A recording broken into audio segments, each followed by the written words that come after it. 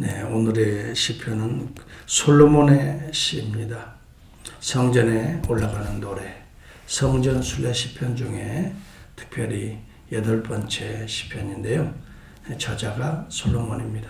여러분이 아는 대로 솔로몬은 참으로 지혜로운 왕이었죠.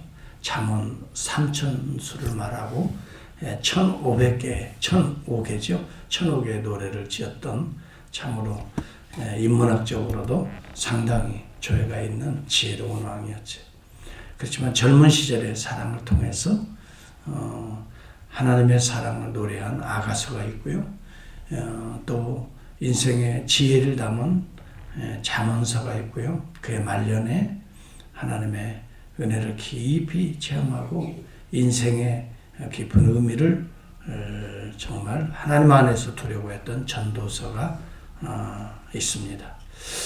오늘의 시편은 그 인생의 주관자가 여호와 하나님이신 것을 고백합니다. 그래서 그는 내 인생의 주어가 하나님이시다, 마치 이렇게 선포하는 것 같아요. 그래서 주께서 주어가 되지 아니하시면, 우리가 주어가 된다면, 우리가 주체가 된다면 우리 인생은 헛것이 될 수밖에 없다. 결론은 바로 오늘 시편을 통해서 그것을 노래하고 있는 거예요. 주님이 나의 인생의 주인이십니다. 주님이 나의 문장에, 내 인생의 문장에 주어가 되십니다. 우리는 보호 정도로 하나님께서 은혜 주시는 대로 살아가는 보호 정도의 삶이 복된 삶입니다. 하나님이 주어가 된다면 동사가 결코 헛된 길로 갈 수가 없어요.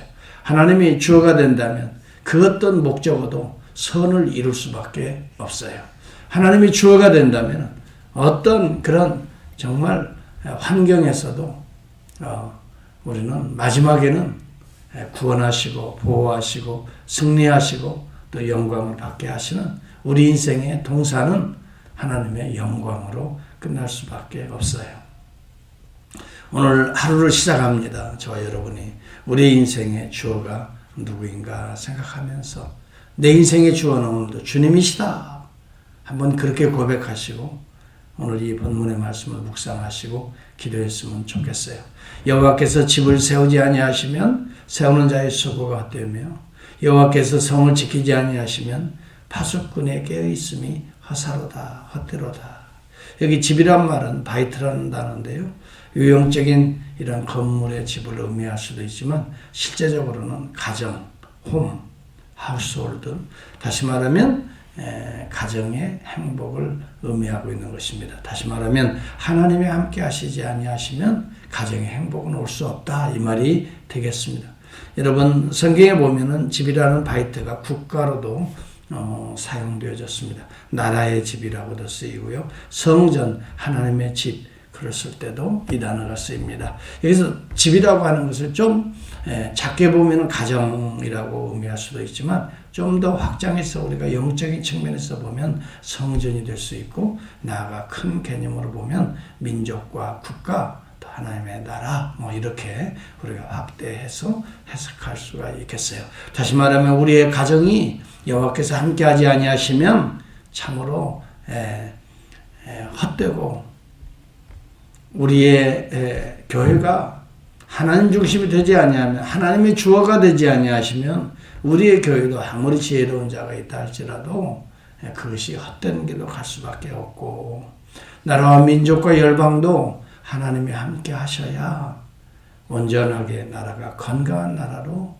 또 부강한 나라로, 또 하나님의 영광을 위하는 나라로 성장해 갈 수 있다, 이런 말이 되겠습니다. 여러분, 솔로몬은 왕에 오르고 난 뒤에 성전을 7년을 동안을 지었습니다. 그 성전은 유다가 망할 때까지 거의 400년 동안 이스라엘 백성에게 영적인 고향이었고 하나님을 만나는 만남의 집이었습니다. 왕궁을 13년 동안 지었습니다. 그렇게 든든해 보이던 성전도, 성벽도 하나님이 지켜주시지 않으니까 말년에 어떻게 됩니까? 다 회파되어 버리고 맙니다. 말라기 선지자 때도 보면 마찬가지입니다. 여러분, 오늘 저와 여러분이 알아야 됩니다. 유형적인 그럴듯하고 멋있는 그런 건물이 우리 인생의 집이 아닙니다. 우리 외모로 보여지는 그것이 우리의 인생의 지배 아닙니다. 우리 안에 내면에 우리 하나님이 역사하시고 인도해 주시고 하나님 모시고 살아야 우리 내면에 진정한 가정의 행복이 임하고 교회가 정말 성령이 충만하고 또 나라와 민족이 하나님의 영광을 대변하는 이 땅에 견고한 하나님의 나라가 될 수 있다 하는 것입니다. 그러므로 저와 여러분이 오늘 이 아침에 기도할 것은 아버지, 내 인생의 주어가 우리 하나님, 우리 주님이 되게 해주십시오. 내 가정의 주체, 주어가 우리 주님이 되게 하십시오. 오늘도 주님이 내 가정을 인도하시고 이끄시고 명하시고 순종하는 그런 역사가 임하게 하옵소서. 네, 우리 교회가 주인이 우리 주님이 되게 하옵소서. 기도합시다. 내가 주인이 아닙니다. 우리 주님이 주인이시고 주님이 명하는 대로 저희들은 순종하겠나이다. 여러분, 바로 이러한 교회가 복된 하나님의 은혜로운 만남의 집이다, 이 말입니다. 솔로몬은 여러분 700명의 후궁과 300명의 첩들이 있었지만 가정 하나를 바르게 세우지 못했습니다. 성전 하나를 바르게 세우지 못했어요. 나라가 둘로 쪼개지는 그러한 이 정말 빌미를 제공해버리고 말았어요. 하나님이 주어가 된다고 시작했는데, 시작은 시작인데 마지막에 용두사미로 끝나버리고 말았어요. 여러분, 이 얼마나 비참한, 이것을 나중에 깨닫고 나서 전도서를 씁니다. 해 아래 새 것이 없다. 정말 우리 조상 때부터 믿어왔던 하나님 떠나면 인생이 무의미하다. 아무리 공부를 많이 한 지식이 많아도 하나님 떠나면, 하나님 주체가 되지 않는 상상력은 정말 무의미하다.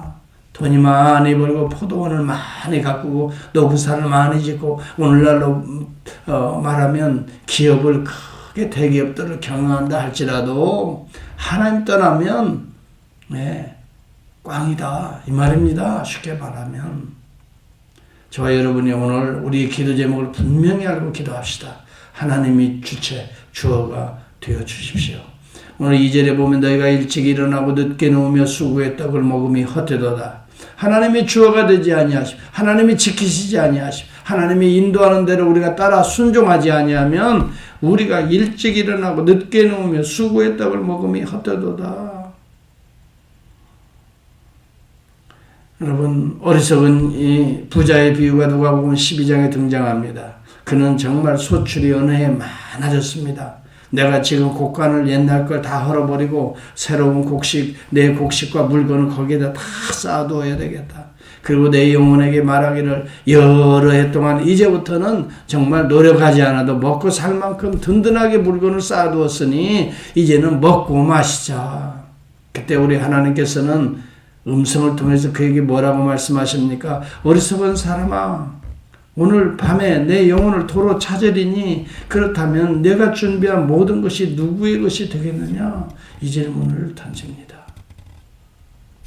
사람들은 대부분 성공의 3요소를 이렇게 이야기합니다. 일찍 일어나기, 늦게 눕기, 그리고 땀 흘려 일하기, 수고하기. 그러면 성공할 것을 말. 오늘 여기 잠언도 그렇게 말합니다. 그렇게 근면성실하면 다 성공할 것으로 생각합니다. 물론 외형적으로 보면 근면성실한 자가 성공하게 되어 있습니다. 한자말로 말하면 불철주야, 동분서주. 이렇게 부지런하고 정말 불철주야, 열심히 노력하고 애쓰면 그만큼의 먹을 것을 우리는 얻을 수가 있습니다. 그러나 거기에도 기억하셔야 될 게 있어요. 하나님이 주체가 되셔야 돼요. 하나님의 주어가 되지 아니하면 여러분 꼭 기억하세요. 자칫 죽도록 고생만 하고 남는 것은 허망한 것이 될 수밖에 없다는 것입니다. 하나님께서 세우지 아니하시면 우리의 가정도, 우리의 기업도, 우리의 교회도, 우리의 나라와 민족도 허사가 될 수밖에 없음을 우리는 명심해야 됩니다. 그러므로 오늘 나의 삶의 인생에 주여, 주의 이름을 불러야 됩니다. 주님, 내가 이것을 계획하는데 주님 결제하시겠습니까? 주의 뜻입니까? 결제를 받고 나가야 됩니다. 물어야 됩니다. 결제도 안 받고 그냥 내 멋대로 분명하게 이렇게 되면 뭐가 될 것이다. 될 수도 있습니다. 눈에 보이는 것은 성공적인 것일 수도 있습니다. 그러나 여러분의 인생은 허사로 끝나게 된다면 그것이 무슨 의미가 있겠어요? 여러분, 여호와께서 그의 사랑하시는 자에게 잠을 주신다라고 말합니다. 그렇습니다. 잠 못 자는 분들이 의외로 많더라고요. 불면증에 시달려서 약을 먹어야 자고, 그런데요, 하여튼 누웠다 하면 그대로 그냥 코 골고 자는 사람이 있어요. 그래서 한편으로 생각해 보면, 야, 하나님이 사랑하시나 보다. 그렇게 생각할 수도 있을지 모르겠어요. 그런데 꼭 여기서는 그렇게 육체적인 잠만을 의지하지 않아요. 의미하지 않는다고요. 잠은 안식과 평안으로 해석합니다. 하나님이 사랑하시면 여러분 잠자면 아무것도 모르고 평안하잖아요. 쉬잖아요. 그런 안식과 평안을 얻을 수 있다. 그래서 제가 표준 세번역 성경을 보니까요. 정말 어떻게 해석했나 보니까 이런 내용이 되어 있어요. 이렇게 번역했어요. 진실로 주님께서는 사랑하시는 사람에게는 그가 잠을 자는 동안에도 복을 주신다 그랬어요. 약간의 의역을 해놓은 것 같아요. 하나님이 사랑하시면 잠을 자는 동안에도 우리가 아무것도 할 수 없는 그런 안식과 평안의 기간에도 하나님은 일하신다. 하나님은 복을 주신다. 은혜를 주신다. 회복하신다. 구원하신다. 우리가 지키지 못하는 가정, 우리가 지키지 못하는 성벽, 우리가 지키지 못하는 기업, 하나님이 대신 지키신다. 우리가 잠을 평안히 자더라도 여러분, 오늘 하나님의 주어가 되시면 하나님이 틈새 하나 없이 빈틈없이 우리의 인생 가운데 역사를 베풀어 주신다 이 말씀입니다. 주여, 오늘도 주님이 주체가 되는, 그래서 주님의 생각을 내가 품고 주님이 주어가 되는 감정을 내가 품고 주님이 움직이는 발과 손 된다면 오늘 우리는 허튼 삶이 아니라 복 있는 삶이요, 평안과 안식의 삶이 될 것입니다. 그리고 자식들은 여호와의 기업이요 태의 열매는 그의 상급이로다. 젊은 자의 자식은 장사의 수중의 화살 같으니 이것이 그의 화살통에 가득한 자는 복되도다. 그들이 성문에서 그들의 원수와談판할 때 수치를 당하지 아니하리로다. 여러분, 우리들이 가장 염려 중에 하나가 자녀들에 대한 문제예요. 우리가 아무리 하나님 잘 섬기고 복받았다고 떵떵거리고 참 행세하면서 산다 할지라도 자녀들에게 어려움이 있다면 그게 우리 부모들의 가슴에 멍이 듭니다. 평생의 눈물이 될 것입니다. 여러분, 오늘 우리 하나님을 의지합시다. 하나님께 기도합시다. 자녀들을 위해 더 매달립시다. 내 인생보다 우리 자녀들의 삶을 위해서 우리가 더 기도합시다. 그리고 우리가 어려운 고비들 통해서도 하나님 믿고 살아가는 사람의 모습이 어떠한가를 우리가 보여줍시다. 여러분, 하나님 믿는다고 하면서도 우리가 세상적으로 살고 근면 성실하지도 못하고 게으르고 악하고, 하나님 믿는다고 하면서도 이상한 꾀나 부리고 일확천금이나 꿈꾸고, 하나님 믿는다고 하면서도 사람을 미워하고, 하나님 믿는다고 하면서도 뭐 좀 일만 터지면 근심, 걱정, 좌절, 원망, 짜증, 불평, 여러분 이런 모습을 자녀들이 어떻게 보겠습니까? 그러면서 맨날 너희를 위해서 기도한다 하면 그게 어떤 의미로 그들의 삶에 받아들여지겠어요? 여러분, 우리들의 삶 자체가 하나님 믿으면 저렇게 행복하구나. 하나님 믿으면 이런 어려운 가운데도 저렇게 인내하면서 견디면서 정말 하나님 찬양하면서 기도하면서 살아가는 삶이구나. 말하지 않아도 하나님 섬기는 자의 본을 보입시다. 하나님 말씀을 사랑하는 자가 저렇게 기도하는 자의 삶이 정말 행복한 삶이구나. 여러분, 우리가 행복해야 됩니다. 하나님 섬기면서 어려움이 옵니다. 환난이 옵니다. 그래도 하나님 섬기는 자는 항상 의지하기 때문에 그것 때문에 묶여있지 않습니다. 하나님 사랑하기 때문에 죄를 여러분 가까이 하지 않습니다.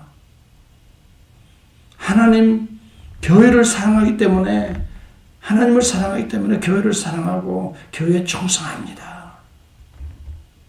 남을 위해서 배려할 줄 알고 이해할 줄 알고 여러분 섬길 줄 압니다. 왜? 우리 주님이 그렇게 사셨으니까 주님처럼 살아보려고 날마다 기도하잖아요. 날마다 주의 이름을 부르잖아요. 날마다 주님의 말씀을 묵상하잖아요. 여러분 오늘 이 하나님의 말씀이 우리에게 가르쳐주는 것이 바로 그런 삶이잖아요.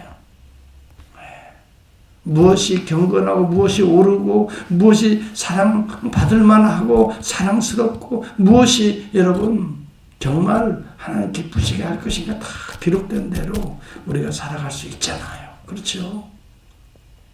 저와 여러분 정말 예수 믿는 삶이 입술로 증거되어질 뿐만이 아니라 삶으로 말은 하지 않는데도 우리 얼굴 모습만 봐도 예수님의 그 평안하고 정말 하나님의 사랑받은 자구나 라고 하는 기쁨과 웃음이 있다면 우리 얼굴 자체가 전도지가 될 겁니다. 우리의 심령 자체가 하나님의 음성이 될 것입니다.